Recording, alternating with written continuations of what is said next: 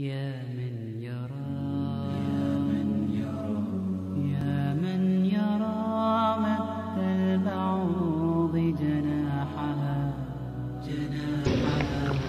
Now, what is included in that is the concept of good and evil in the world. And this is where we have an area of understanding which is very important, where people have deviated, gone astray, misunderstood purposes of creation over the issue of evil within Allah's creation.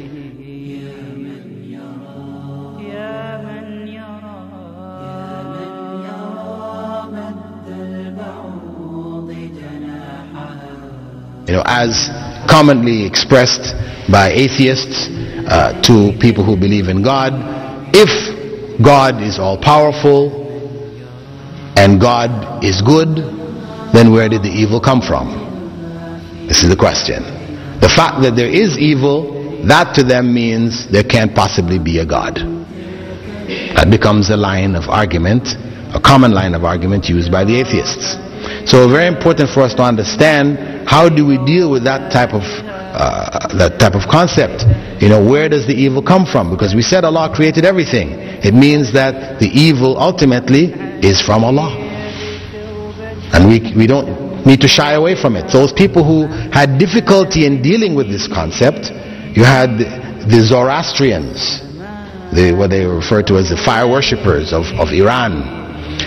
What they did, in their inability to grasp this concept that evil could come from a good God, they attributed evil to another God. So they had instead two gods: Ahura Mazda, who was the god of good, and Angra Mainyu, who was the god of evil. Right? Although in their system the god of good is going to win out in the end, and he is symbolized by the fire, the eternal fire, and the god of evil is darkness, right? So the light will win over the darkness. So the god of good is the ultimate god.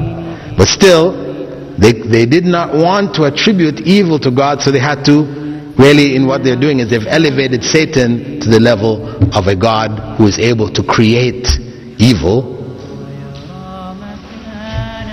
without Allah's permission. And this is error. This is error.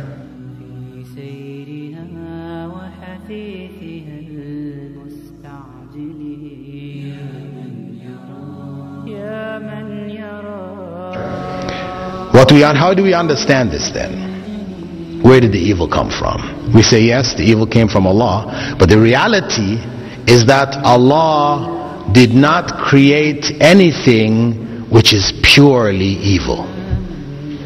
That whatever we perceive as evil in Allah's creation, there is a good side to it that we are able to see eventually, or we may never see until after Yawm al-Qiyamah.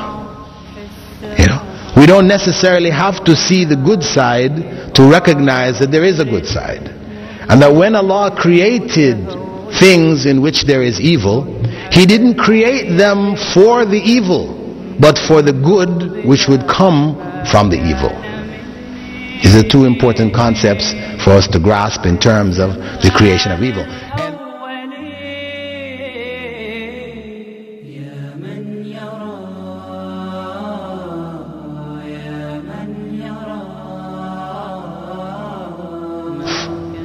When he speaks about the creation of evil, he will talk about the evil of his creation, as in Surah Al-Falaq, where he says, قُلْ أَعُوذُ بِرَبِّ الْفَلَقِ مِنْ شَرِّ مَا خَلَقَ. Say, I seek refuge in the Lord of the Dawn from the evil that he has, مِنْ شَرِّ مَا خَلَقَ, from the evil from what he has created.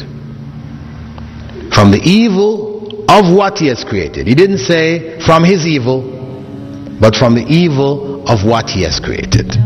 And this is the correct, we could say, etiquette in dealing with Allah with relationship to evil. We don't focus that Allah created the evil in your life is from God. No. Yes, it is a part of Allah's creation, but there is a good element to it. We focus on the good as opposed to the evil element. This is the correct way of looking at it.